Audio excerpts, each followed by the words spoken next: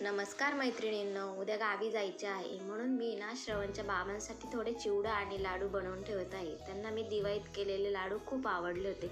मग म्हटलं आम्ही श्रवण आणि मी तिथे थोडा दिवस थांबणार आहोत, तर यांना थोडं चाटीचुटू काहीतरी खाण्यासाठी मी चिवडा आणि लाडू करत आहे.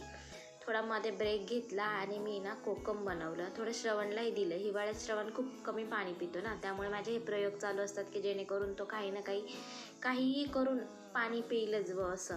आणि मी खूप छोटे भांडे आणले आहे म्हणून मी प्रत्येक गोष्टीमध्ये जुगाड करून आहे ना हे असं चिवडा बनवत होती. तर माझ्याकडे चाळणी होती, त्या चाळणीत मी पोहे तळले वगैरे आणि हे केलं. ते करून मग बाबा आल्या. बाबा बोलले की चल आपण शेव आणायला जाणार आहे, तसंच बाहेर पण काहीतरी खाऊन घेऊया. मग शेव आणायला आम्ही बाहेर गेलो चिवड्यामध्ये टाकण्यासाठी आणि तसंच बाहेर थोडंसं चॅट वगैरे केलं. मग संध्याकाळी छान असा चहा पिला तिथेच. श्रवण तिथे मस्त खेळत होता. चला तर भेटूया नेक्स्ट व्हिडिओमध्ये. Bye bye.